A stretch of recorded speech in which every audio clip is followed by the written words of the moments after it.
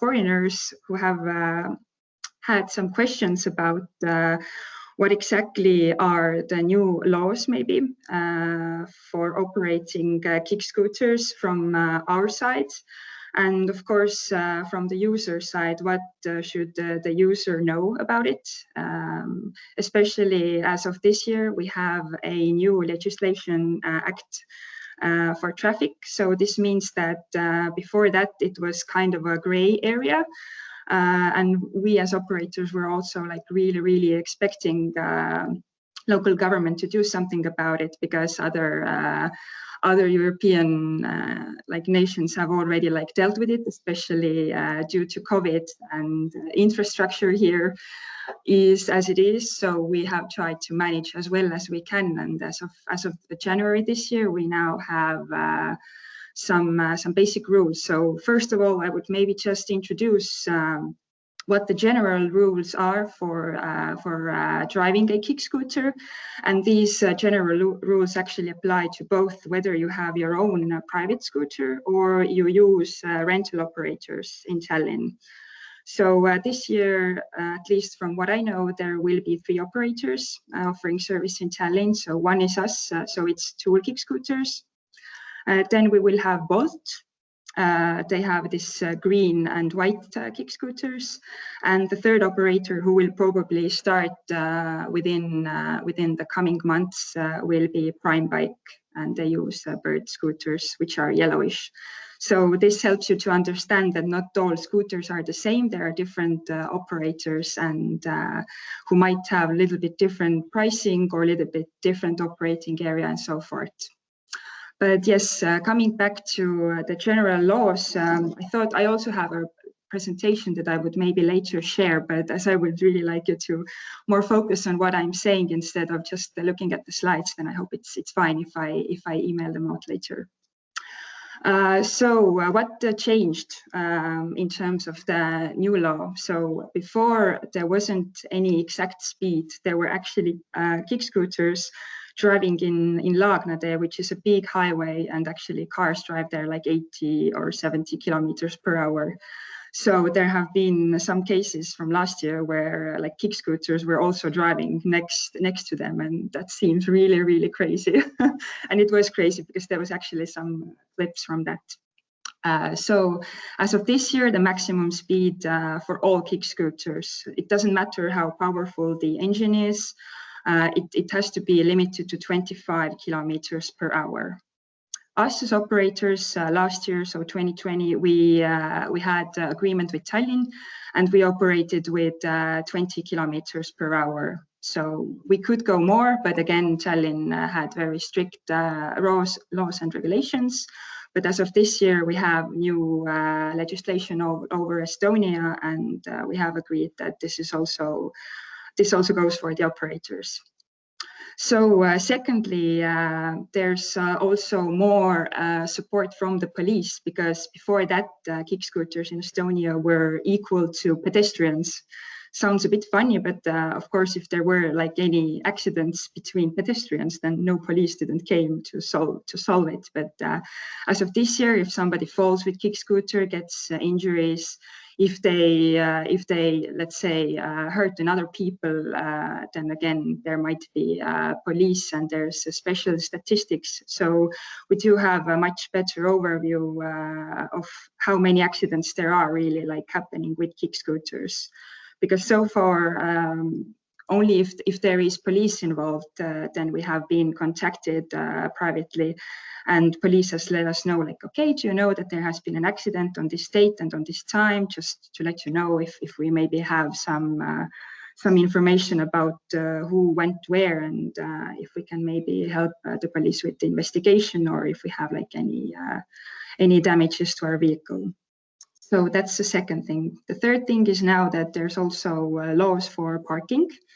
Before you could actually, of course, we did want to like regulate it in our own terms, but now it's actually a law that if you are parking light electric vehicles, you have to leave at least 1.5 meters on the sidewalk or where you leave it. It can be just an open area too, or a special, let's say, bike park. where you park it. But the main reason is that this is the minimum requirement.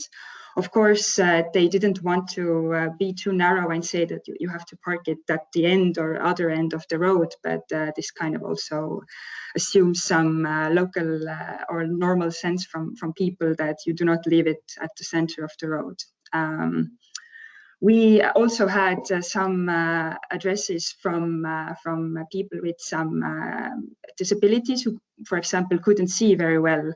And for them, it was also a big problem, because if there's something stopping their way, they might get frightened a bit, and it's also a little bit difficult for them to move. So we again did quite a big campaign for all our users and in our social media channels, and also special movie clips to show like how exactly park and what you actually cause, what problems can you actually cause to other pedestrians or bikers or other traffic members if you just leave your vehicles randomly. So this is again another measure that really supports us. Also, what we try to underline is the common sense of riding solo. Last year, we were also seeing a lot of people actually like driving, sharing one vehicle, like 2 people, sometimes even 3. So again, if I were a normal person, I would think that, okay, maybe this is not the best idea, especially if we look at families with children who are like 5 years old. Maybe they don't even, they can't even normally hold themselves up from the bar, but they just hold from the pole and shake. So I don't know how parents really allowed their kids to drive like that. But again, as this is now being regulated by the law, then police can also control this, and they can actually fine people, for example, if this is not like their first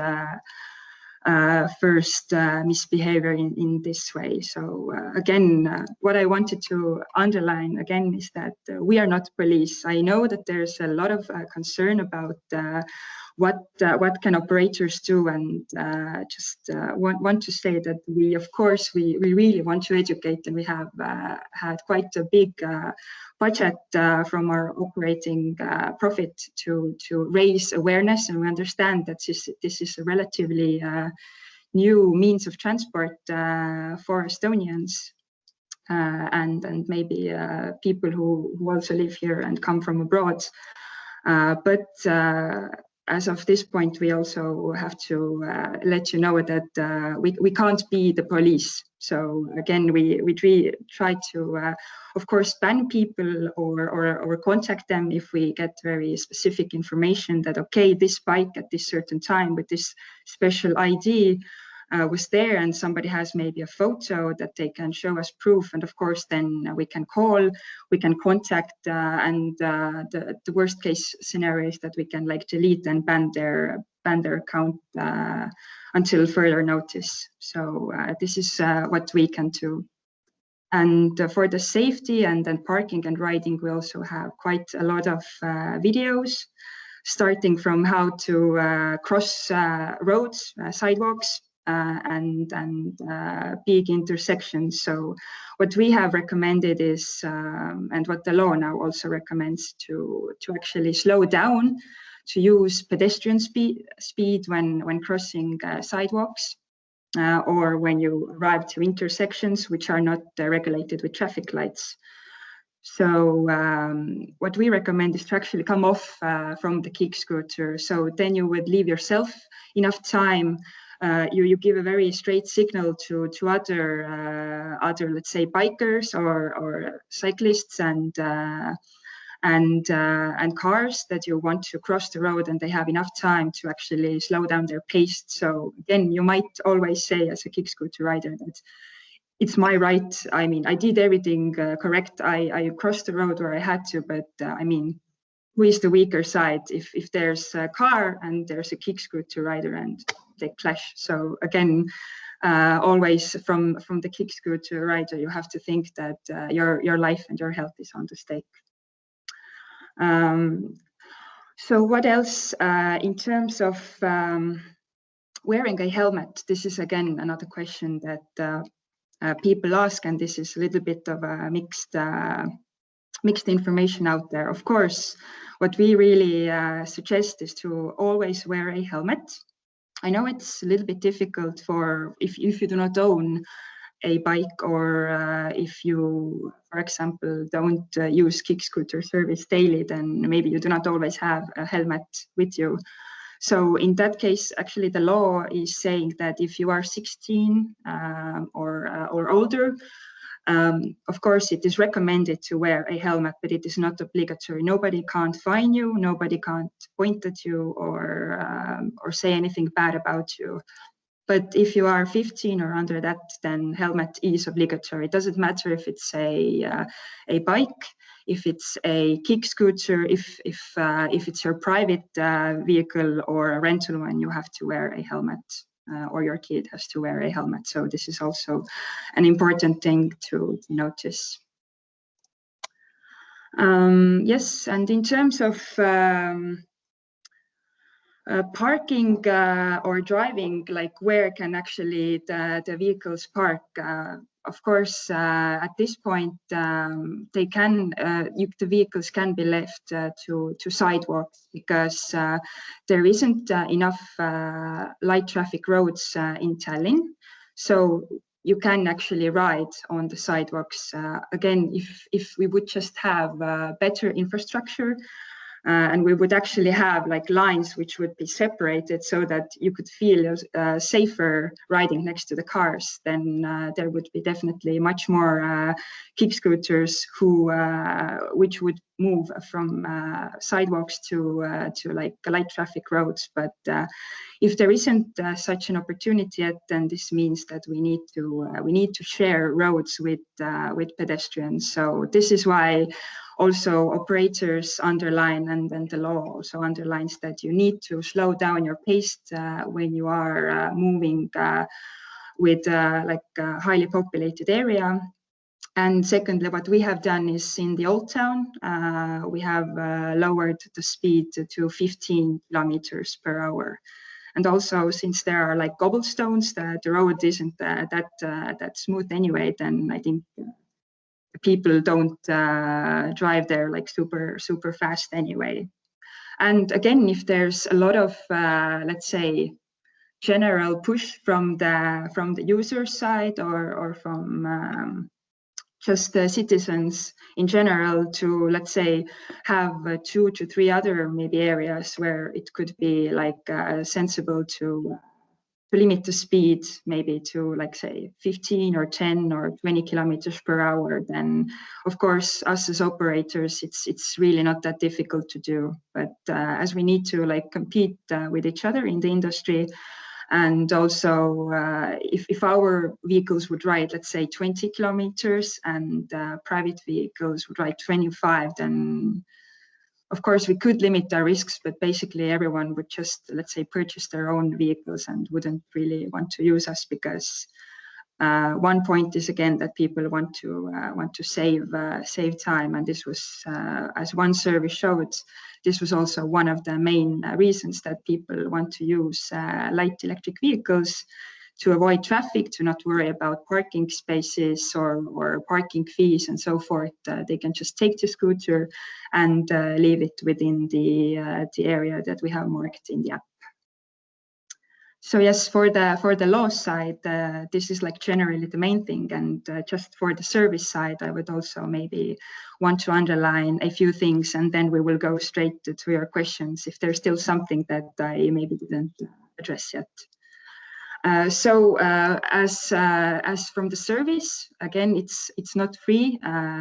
These are like private operations that are offering this kind of service here in Tallinn. The prices might vary a bit. Normally, all of these have already been showed in the apps. So us and Bolt at this point, we operate with the same price. The third operator hasn't come out yet, so I don't know exactly how much their service will cost. But for us, booking or reservation fee is 0.09 euros per minute. And if you actually start to ride, then minute cost is 0.15 euros, so 0.15. And again, there might be some daily passes that you can use. We will start to offer this service within April.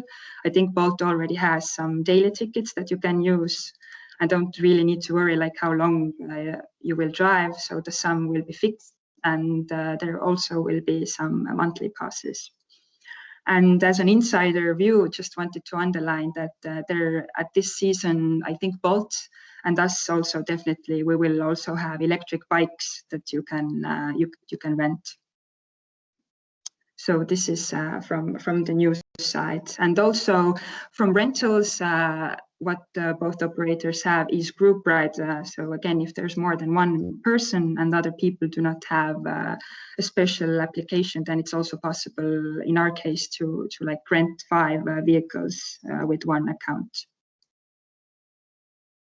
And yeah, basically all this safety information is also available in the app. So the users can be 16 or above, and for the group ride, the minimum age is 18, or at least the one who is renting vehicles for themselves, and for others they need to be 18. So that's the basic thing. But I think our app is both in Estonian and English. So all information that you have and that you would want to understand more about the service side, you can also find out from the operators' homepages or social media that also shows way to our homepage. Okay, so that's generally about it. I have no idea if this was what you were looking for the general part. Thank you so much. It was a very great overview, and actually it cleared out some moments for me personally. But can you repeat again from which day, from which months does this new legislation come into force? Is it 1st of May? You mean the traffic, the new laws that I was just talking about? Actually, they started from 1st of January as of this year. Okay. So they actually, the government wanted to adopt this already last summer. But I think it was due to Corona, and they had their focus on some other more critical issues. So they had to postpone it into New Year. But yes, this is already actually in force. And in my presentation, which I will send you afterwards, there's also a link to English version where you can actually Google. And if you type in light electric vehicles as a word, then it will show and go to the right section of the laws and act. And you can actually see yourself for like what are the like very specific regulations for the maximum rated power of vehicles, like how many kilowatts there can be, and so forth. This information is in English, right? Yes. Oh, as I understand, everyone here speaks fluent English. I think in the page, I'm not sure if it's in Russian, but in Estonian and in English, it's both out there. All right. Okay. So we have a first question from Leonardo. Actually, Leonardo, do you mind reading it yourself? Please turn in your mic. I do not mind at all. Hi. Okay. Yes. So first of all, thanks for the very detailed presentation. It was very informative. So the first thing I'd like to know is, in some apps, I've got some experience using apps in other countries, especially in Portugal. So some apps such as Uber enables you, when you're using their mobility solutions, to visualize exactly where you can and where you can't park, or where you can or you can't keep your bicycle or your scooter. This has to do with some integration with the city authorities probably, and when the person is about to leave their scooter, that is very clearly indicated in red. You must not park here, otherwise you will be fined. I don't know how that worked in Portugal, but they were probably able to track the person and issue a fine to them if they ever left either the scooter or the electric bike at a place where they was not supposed to. Are there features that would probably enable that as well here in Estonia? Yeah, so first of all, it is quite similar in that case that again, I don't know if you Yeah. see it normally, so Yeah. kind of. Yeah, sort of. So I don't know if it shows the correct lighting. I think Yes, it's not I that see good. some dots. But basically, A few dots, yeah. yeah, well, if you plan to use the service anyway, it doesn't matter which operator, but I recommend like downloading the app. So you don't need to use it, but just to understand. So basically, we do have specific areas underlined. Okay. And if you like, for example, click somewhere outside of the marked borderlines, the app will also show you that, okay, you are in the unrestricted area. Okay. Okay. So again, if, for example, somebody plans to go very outside or very far away from the allowed parking zone, it is still possible, but they have to kind of understand that it brings them a comfort fee. And it is, if you just park quite near to where the borderline is, then it's roughly €5 fixed fee. But every kilometer that you go further away from the parking zone, then it will add another euro for that kilometer. So if it's, let's say, 3 kilometers outside of the zone, then it's 5 as the minimum fee plus other €3 for extra. So it's €8 for that. So this is again a measure which people outside of Tallinn, near urban areas, still use occasionally, may it be later in the evenings or just for their own comfort, because for them it's very important that they can drive to their home. But in general, what we have thought is that this sum is motivating enough for people to kind of bring back the scooters to allowed areas. And again, what we try to do within the authorized zones is that if there are, let's say, some apartment buildings or businesses, or let's say even graveyards or I don't know, bus station or other like important, let's say, housings where they do not want kick scooters, then again, we can cut out this area. And again, users, if they want to park there, the app says that, sorry, this is not your parking area. If you want to park here, you have to pay €5, or it's easier maybe to just move your vehicle for 10 meters and park for free. So this is what the measure that we use to motivate people to park in authorized areas. And as of this season, what we will change in our app is there will be recommended parking spots. Again, as City has said, it's not 100% obligatory to only take from a certain place and to later put it back to a certain place. You can still, free float and leave it where you would like, but just what we would like to try and test is to kind of direct people towards towards that you can already check from the app, okay, so the nearest parking place is maybe only 20 meters from me, so I would just rather do some few extra steps, and I know that this vehicle is safely parked. And what we can do is to motivate them with some discounts for next rides or something like that. So this would be like another measure to avoid this crazy mess around the city center, especially. All right, thank you, Leonardo, for your question. Thank you, Kai, for your very, very detailed answer. David, I can see that you had a very long question. Maybe you would like to read it yourself, if it's okay. I know that you're having a dinner. Just a moment interruption. Please present it to us, if it's okay. David? Oh, sure. It wasn't really a question, just more of a comment. I've seen a few people riding two people to a scooter, and I've been in a situation where I've been with friends who want to as well. They don't have the app. They're not going to go and sign up the app and put in information and their phone number and their credit card details and have the initial charge and stuff just to ride a scooter once because I'm in the mood and I invite them to.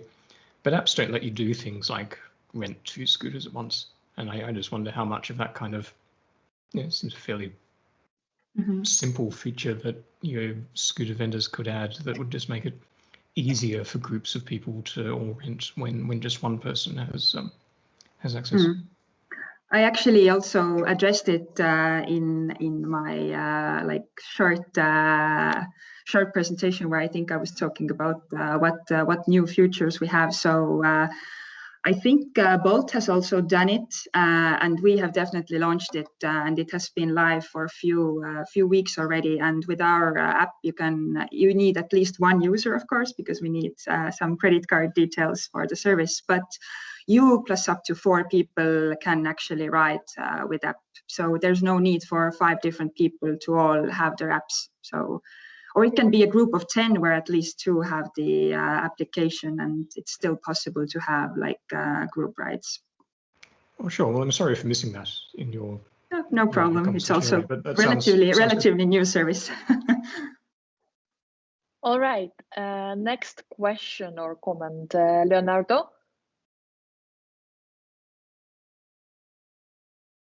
Please turn in your mic. So yeah. So it's just that I'm switching back and forth. So yeah, on top of the scooters, are you planning to add any other mobility solutions, such as bikes, like regular bikes or electric bikes?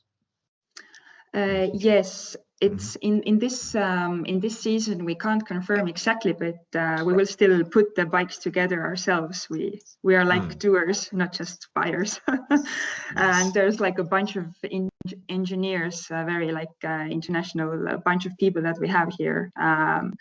But this kind of delays our service a little bit, but I am hoping that at least by midsummer we will have a test fleet of electric bikes, which will go again, I hope, at least 30 kilometers. But if we manage to operate with some several battery packs, then it might be like up to 50 or even more.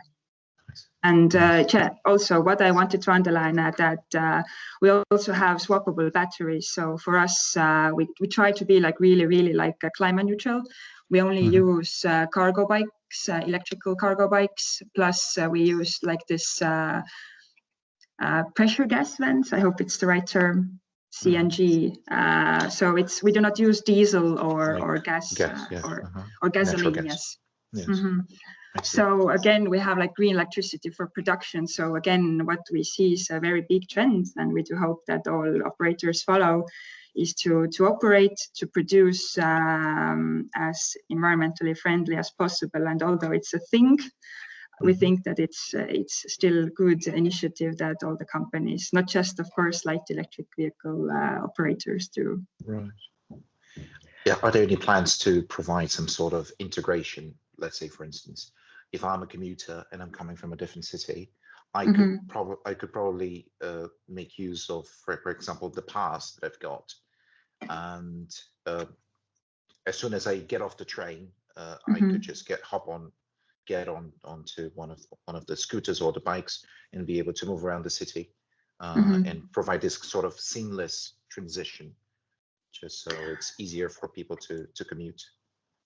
So your question is that why can't there be more, let's say, kick scooters or bikes near, let's say, bus stops or train stations or so forth? Perhaps. Okay. Yeah. Well, again, this is a very good question that we have also been asking from the city council.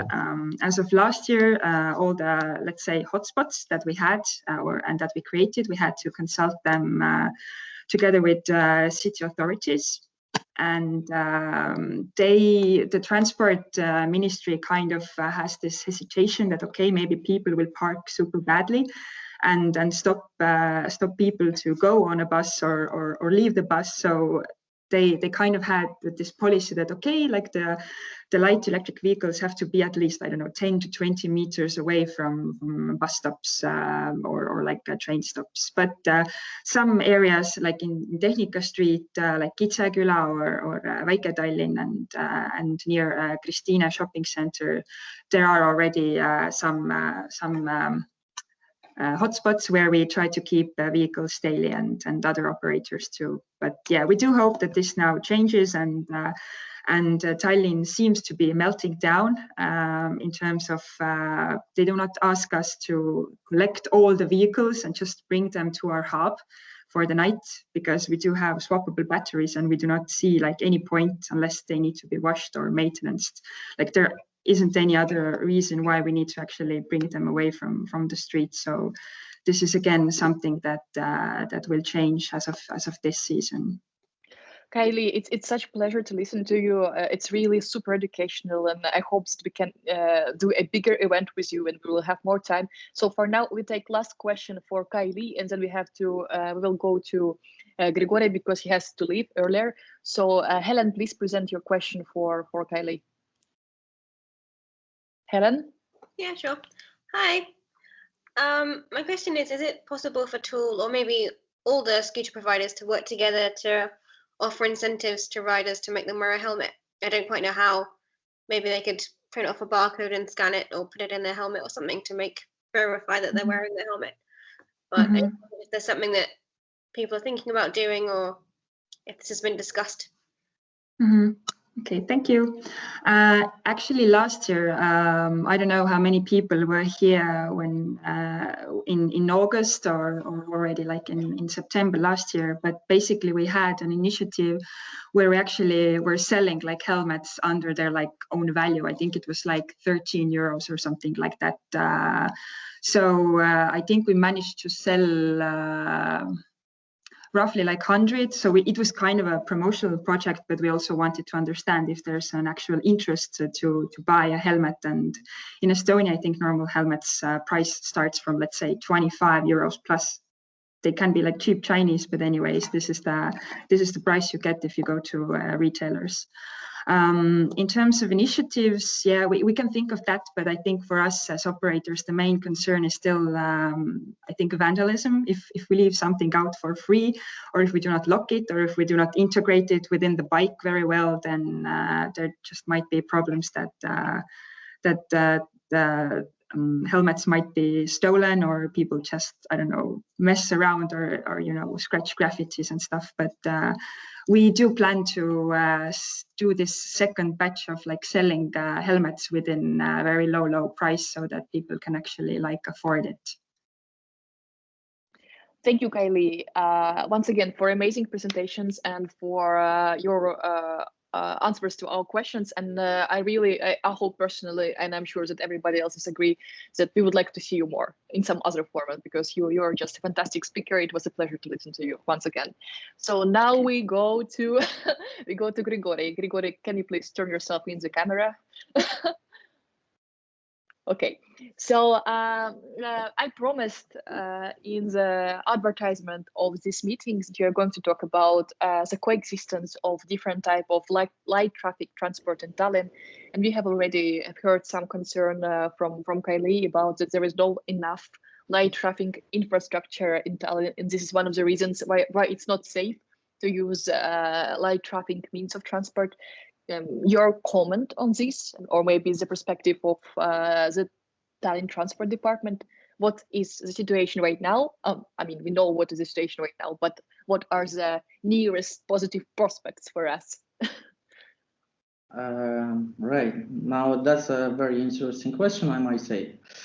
First of all, I'd like to thank you everyone for being here today, and I actually am very inspired because of you have great interest in what's happening in Tallinn, and I think that's super great that there are so great people like you guys. And yeah, if we are talking about infrastructure in general, I mean, we should understand that it's quite a complicated question which involves land planning and land use allocation.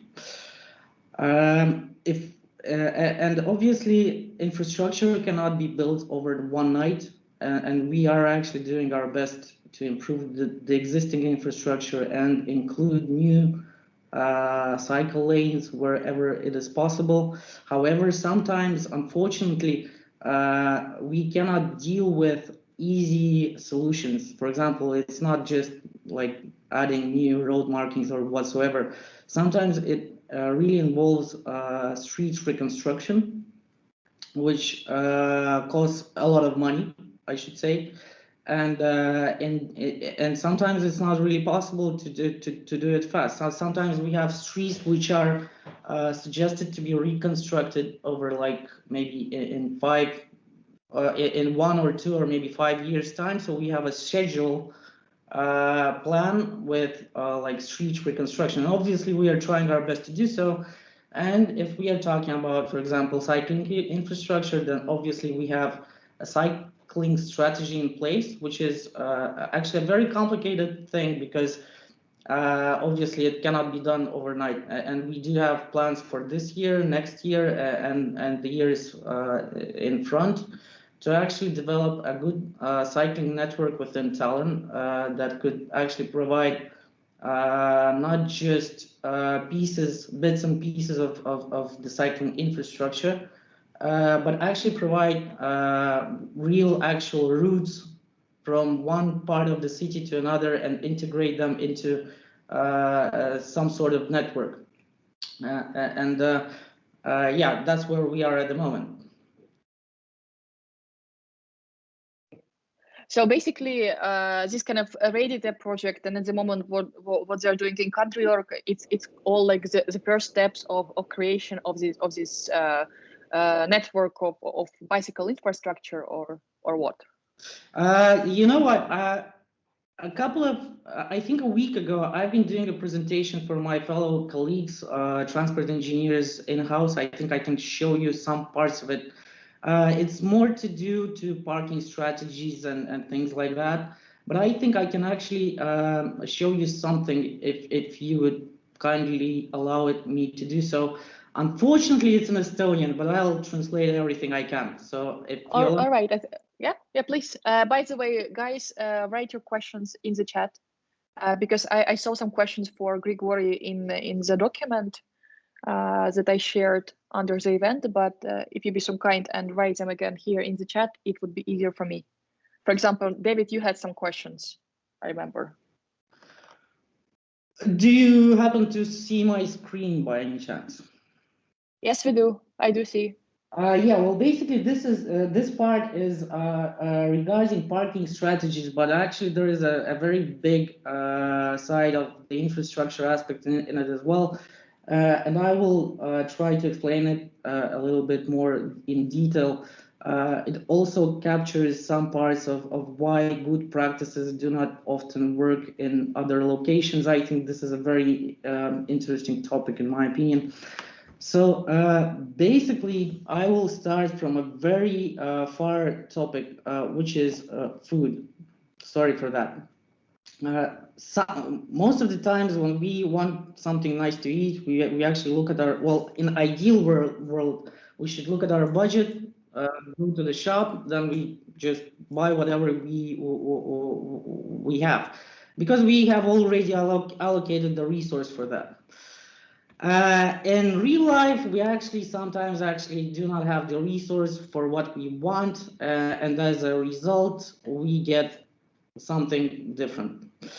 What it has to do to good practices is that basically, if we replace the resource with our land use strategies and our land use resources in general, if we have a problem, and if we do not look at the resource properly and straight away go to good practices and try to implement them, we still have that problem in place, the one we had. But however, to be honest, more often we have a different situation. I mean, I have 10 years of experience in transport planning and engineering in a lot of locations around the world. And I've seen a different story when actually people, transport engineers and authorities actually miss the part of allocating resources and actually understanding what do they need, and they straight away after the problem they go to good practices worldwide and try to implement that, and unfortunately that never ends up well. So you mean about the resource allocations, that yes, we have the situation, we would like Tallinn to be a cycle city, but we don't really plant money for it, and that's why it's difficult to implement it, or what? No, I'm not talking about money, to be honest. I'm going to the resource part. It's going to be like the next slide.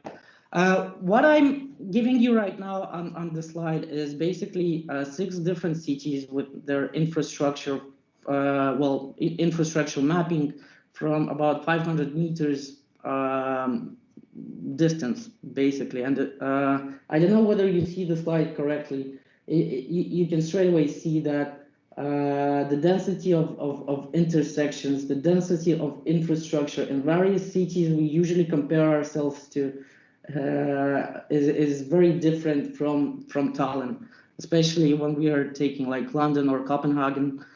And that's actually a problem because on the picture we have Mustamäe in Tallinn, which is probably one of the most ideal infrastructure from the infrastructure perspective, like locations in Tallinn in general. And this is a small like table sheet I made the other day exactly for this presentation, which just gives you a bright overview of where we are in Europe in general. One very unique characteristic is land allocated to streets, which pretty much gives us an understanding what proportion of land is actually allocated to streets and infrastructure where we can actually move. And the number I have for 1 unit of any vehicle is 83 meters. If you think I do not know how to use a calculator and calculate things wrong, then according to like official statistics, we have something like 9.5 million square meters of road infrastructure, and try to divide it by 210,000 vehicles registered in Tallinn, and you're gonna have like 45 square meters per one vehicle, which actually means that sometimes we just cannot take out one street somewhere and replace it with a cycle lane, unfortunately. However, if you look at what's happening at the moment, we are actually trying to push personal vehicles out, for example, from the city center. If you look at recent reconstructions made on Pärnu a couple of years back, I mean, we are actually trying our best to shift this part away. And yeah, what I'm trying to say is that basically we have a drastic problem with infrastructure allocations, but that's mainly due to land use problems. Yeah, in most locations we can provide a perfectly well like cycle path, but there is always this narrow bottleneck where you just cannot integrate the whole path to the entire network, and those are actually the problem spots we are facing at the moment, and we are trying our best to actually deal with that. I will not show you the rest of the presentation because it's more parking based. Yeah, I'm returning back to you. Okay, it was very interesting to see the comparison of different capitals and the existing infrastructure. But like, for example, can you please stop sharing the screen because I can see myself and the content of your of your computer.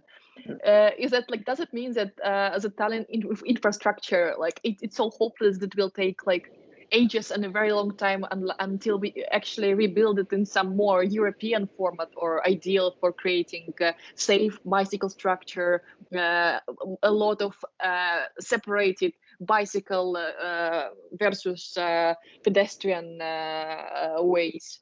Absolutely not. Absolutely not. I would say it's more a question of, yes, it definitely will take time, obviously. But can you estimate how much? It's like a decade, less, more? Because like, I mean, when you say that we are trying our best, I do believe that you're trying your best, but like to have some deadlines, some like time frames, and to give us a glimpse of hope, you know. I will tell you this way, the mayor of Tallinn pressures us every week drastically with solutions. Sometimes it's just impossible to do it straight away. But yeah, for example, we have plans for this and next year to adjust some streets for the final deadline when Tallinn will gonna be totally built. Well, to be honest, I cannot promise anything, but I think it's a matter of up to 5 years, I think. But again, I cannot promise anything because I'm not the decision maker. I'm an engineer at the end of the day. And again, all reconstructions, they deal with financing and resource allocation in terms of money as well.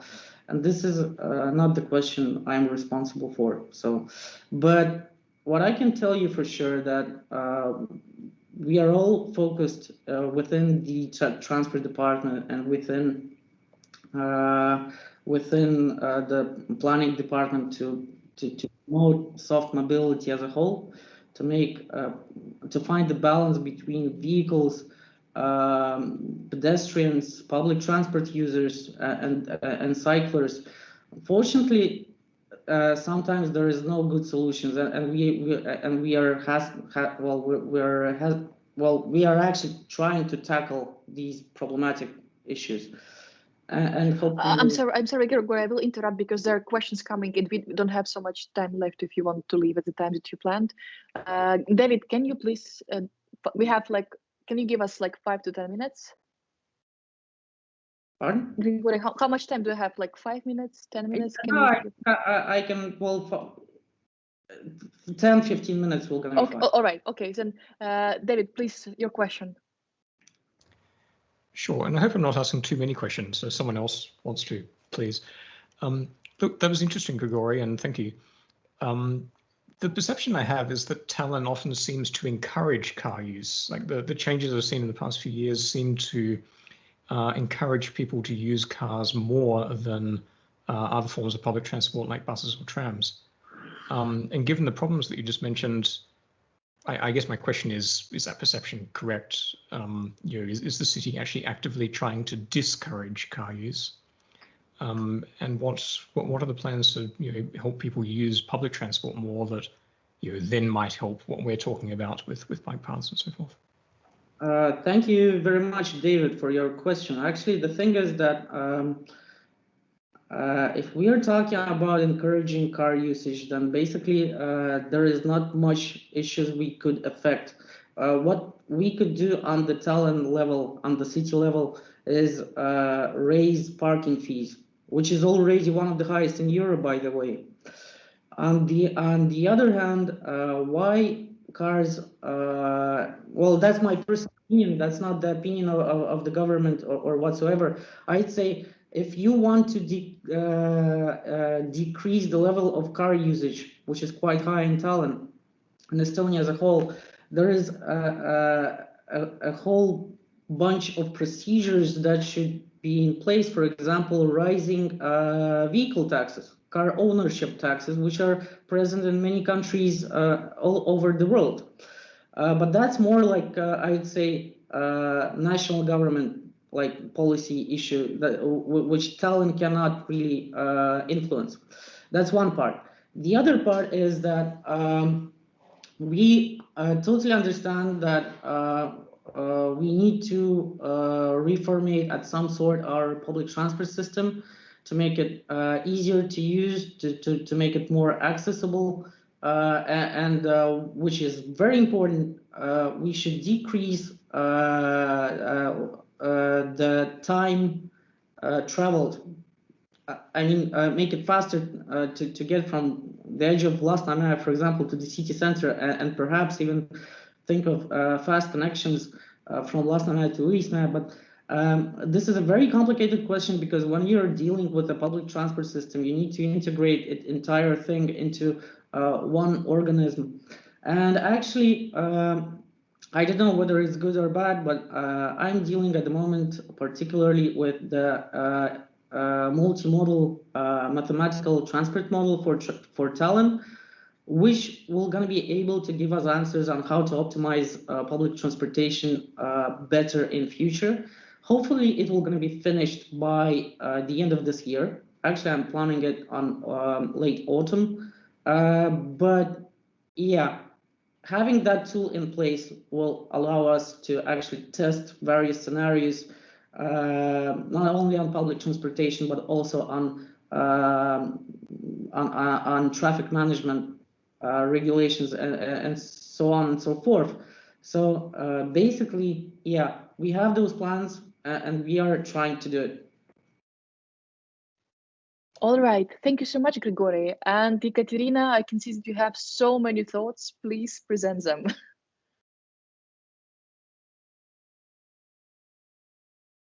Katya? A question about liability for an accident. Sorry, hi. The first question was about public transport. Do you plan to introduce a fee to it? Because now it's free of charge and many people complain that there are not enough routes and timetable is not good.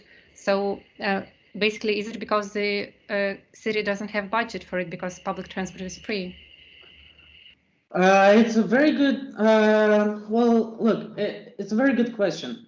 First of all, I can tell you that this is not a question I'm responsible for. I mean, this is a very strong political question whether to make, to introduce a fee for public transportation or not. But basing on my personal experience worldwide, I can tell you that once you allow something to someone, it will going to be very hard to take it back. And once we have introduced free public transportation, because we actually had a reason to do so in the first place, whether it's good or bad, but at the end of the day, it's how it is. I'd say it's not even a matter of low budgets, because as you can see, our public transport system maybe timetables are not perfect, and maybe it's integrated not the best it could be. But nevertheless, we have one of the most modern buses and trams in Europe, I'd say. Yeah, we do have an issue with the public transport network in total. And as I said previously, we are at the moment working on developing a tool that would allow us to not only rebuild our public transportation system, but also to actually analyze how could it be integrated and how timetables could be rescheduled. We need to understand a very specific thing, for example, that most people, they want to be at work 8 to 9 o'clock, and they all need to get there straight away. This sort of integration to make it actually work is not something you can do with a pencil and a piece of paper. I mean, if you know what I mean. So yeah, we are actually working in that direction, and hopefully in the near future, I'm not talking about years, I'm talking about the near future, maybe next year we will have some kind of solution in place as soon as we get the transport model, obviously. Ekaterina, you had another question too. Yeah, another question was like in some countries, like the Netherlands, when there's an accident between a motor vehicle and a bicycle, there's a strict liability that a motor vehicle is responsible. So what about Estonia? If I have an accident with a car, would a car be responsible even if I like did something not so correct as a cyclist? Ekaterina, I don't know. I can explain you why I don't know. First of all, this is a question more towards legislation. I'm an engineer. I deal more with technical engineering stuff. On the other hand, I can tell you what I think is, I think that if the cyclist did something wrong, then I think we should clearly analyze what went wrong. I mean, at the end of the day, the question of conflicts on the road is actually quite a big topic all over the world, and not only Estonia or not any other particular country. The thing is, how can we make it safer on the road? First of all, we need to acknowledge that we are not alone, that we have other road users, and after other traffic users we should respect. And as soon as we gain that respect, as soon as we start realizing that there are other people apart from us, maybe something will gonna change. We need to understand that those who are driving vehicles, they have a driving license, which means that they actually got like, well, they've got the education before they got the driving license, obviously. That's not always the case with cyclists. I mean, to be honest, sometimes it could happen that you're already stopping and a cyclist just goes over your car at some point. I've seen a couple of videos last year on Gansiori Street when such things happen. So could you tell me, if a cyclist hits your car while you're standing, whose fault is it? In case when you're standing, probably it's a cyclist, but the reason why countries do this strict liability thing is because the cyclist should have the priority on the roads and should feel safe on the roads. And I ride a bicycle daily, and I don't feel safe on the roads in Tallinn because cars approach too quick, like too close to me, or like when I ride in Kalamaja Kadriorg, they push me to the sidewalks when they want to ride quicker because, I mean, I can't ride with the same speed. I guess if there were more priority and focus over cyclists and pedestrians, then drivers would also take care more. That's why probably in these countries there is this kind of law.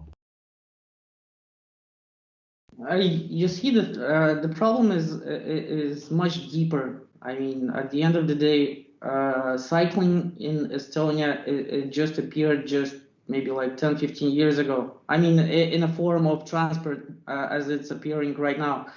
When we are talking about UK or, for example, Holland, Netherlands, or Denmark, we should understand that that was a part of the culture for the past 50, 60 years. And they had this kind of education for the past 50, 60 years, and that kind of perception of how you should act in a situation. And we are slightly going there. Obviously, not everything can be sorted out by culture.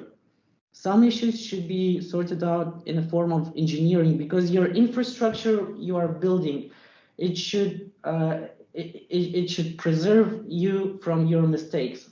I mean, even if you do a mistake, the infrastructure should be there to help you sort it out and stay safe. I mean, I just want to make a comment. I want first to thank Grigori because like he's doing a great job, because really I wish I could drag to this meeting someone who like can explain more the political side of questions, because Grigori is clearly speaking mostly from the engineering perspective. So I think that the ideal meeting would be like to have a person who could actually at least take some responsibility for the policy direction. But I think that Grigori, you are doing good. I mean, guys, at the end of the day, yeah, what I'm talking right now, I'm talking it from the engineering perspective. I just want to make it clear, and I'm talking from the perspective of my personal experience over the past 10, 15 years.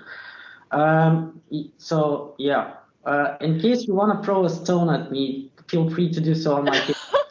No, nobody's going to throw anything at you. By the way, I just want to notice for you guys that today public sector finished around 4 o'clock. So basically, Grigori came to speak to us outside of his working hours, like completely outside of his working hours.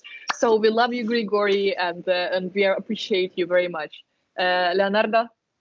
Yeah, so the main thing I wanted to ask you, it's really not related to the issue, but perhaps I'd like to direct the question to the aspect of segregation. Yeah, we understand that the trend nowadays for safety of cyclists is to create some sort of barrier or some kind of separation between the drivers and the cyclists, or the creation of cycle lanes that are completely actually separate from the roads.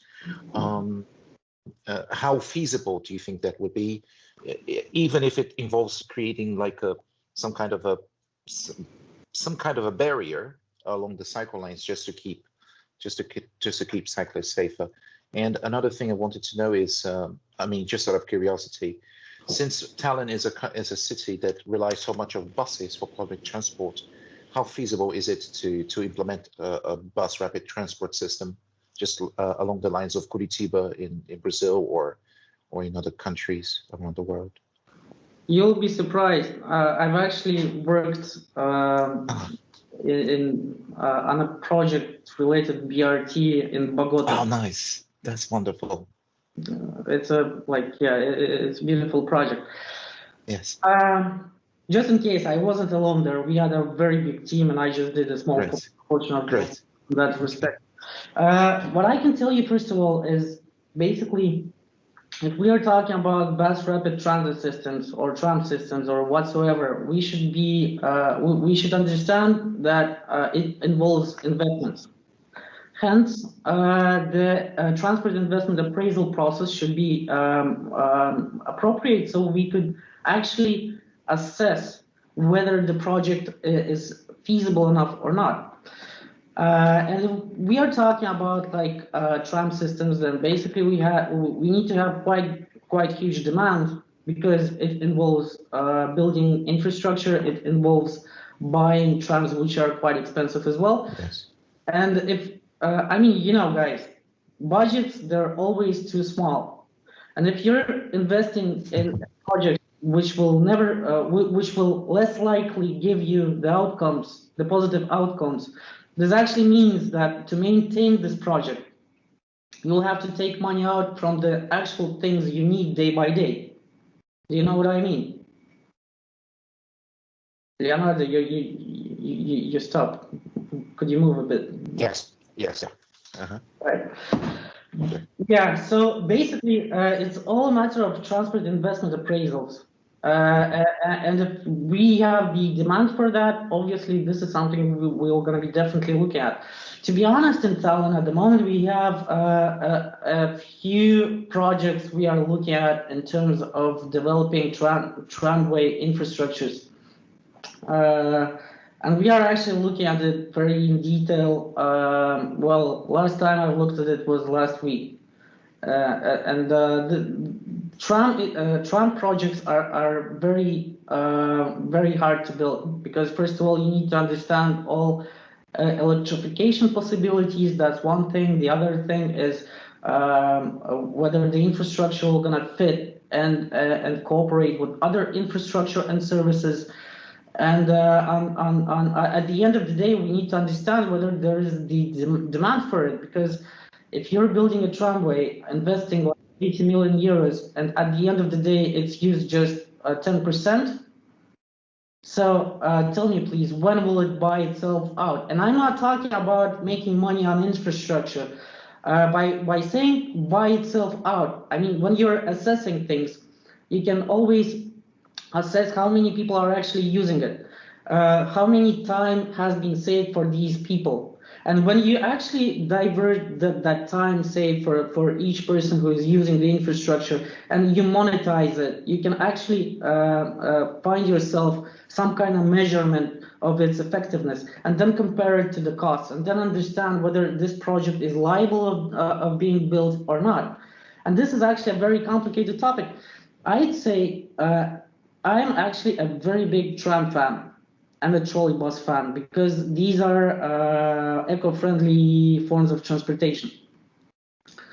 And if it would be like my word, I would definitely promote both of them like as much as possible. However, it's not always possible. It's not always, you're not always have the budget for it. And we should always think on what effect it will have on all other users. Do you know what I mean? I think it's a very longer discussion, and I hope to see you, Grigori, again. We will torture you forever with our questions. But guys, I think we did pretty good job. So a longer weekend is ahead. I wish you a good rest, and we will continue with our work and meetings after that. So hey, liha võtteid, and thank you, Grigori, again. And everyone have a nice evening. Bye.